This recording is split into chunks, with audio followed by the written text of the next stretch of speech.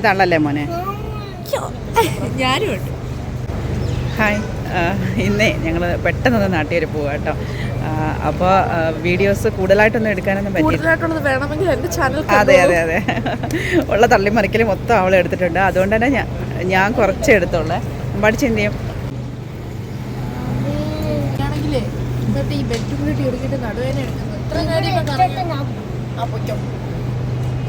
തള്ളല്ലേ മോനെ?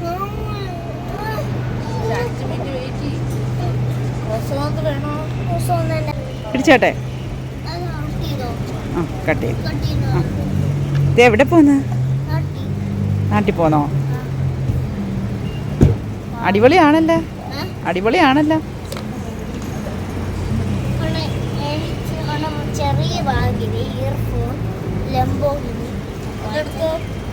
ആ എവിടെ വെച്ചോ? അതെവിടെ വെച്ച് വെച്ചോ? ആ എന്തൊക്കെയുണ്ട്? ഇല്ല ഇല്ല, എന്തൊക്കെയുണ്ട്? സുഖമല്ലേ? അടിപൊളി സ്റ്റൈലാണല്ലോ. ഒന്ന് ബാക്കിലോട്ട് നിൽക്കോ, ഫുള്ള് കാണട്ടെ. ആ കൊള്ളാം കൊള്ളാം. ഇതാണ് വരക്കാളി.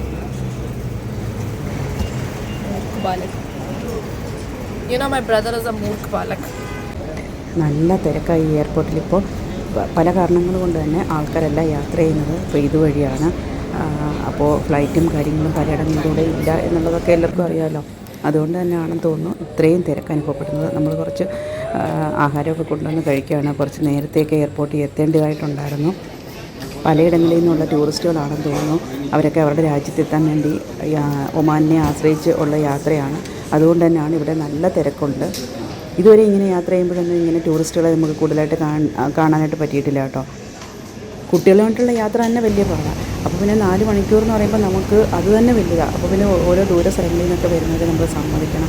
10-15 മണിക്കൂറൊക്കെ ഇരുന്നിട്ടേ അത് നമ്മുടെ വലിയൊരു ഭാരമായിട്ടാണ് എനിക്ക് ഈ 4 മണിക്കൂർ തന്നെ അനുഭവപ്പെടുന്നത്. അങ്ങനെ നമ്മളിനി ഫ്ലൈറ്റിലോട്ട് കയറാൻ പോയ എയർ ഇന്ത്യ എക്സ്പ്രസ് ആണ്.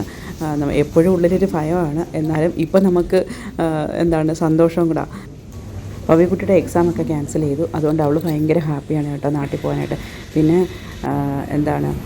അല്ലെങ്കിലും നാട്ടിൽ പോകുക എന്ന് പറയുമ്പോൾ നമുക്ക് എല്ലാവർക്കും ഒരു ഭയങ്കര സന്തോഷമാണല്ലോ.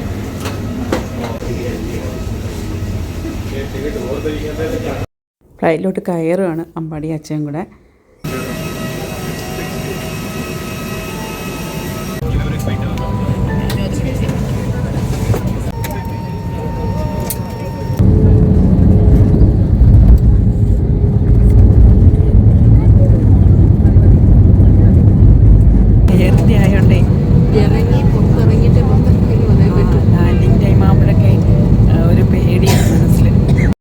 അങ്ങനെ നമ്മൾ കൊച്ചി എത്തിച്ചേർന്നിട്ടുണ്ട്. കൊച്ചിയിലോട്ടാണ് കേട്ടോ മിക്കപ്പോഴും നമ്മൾ പോവുകയും വരികയും ചെയ്യുന്നത്. കാരണം എന്ന് വെച്ചാൽ നമുക്ക് തിരുവനന്തപുരത്തേക്കാട്ടിയും ടിക്കറ്റ് റേറ്റൊക്കെ വളരെയധികം കുറവായിട്ടുണ്ട്.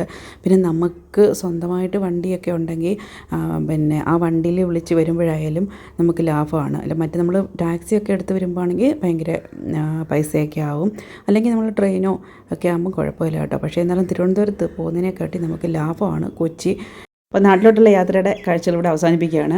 കൂടുതൽ വിശേഷങ്ങളും കാഴ്ചകളും ഒക്കെ ആയിട്ട് വരും ദിവസങ്ങളിലെ വീഡിയോസ് ഉണ്ടായിരിക്കും. അപ്പോൾ ബൈ.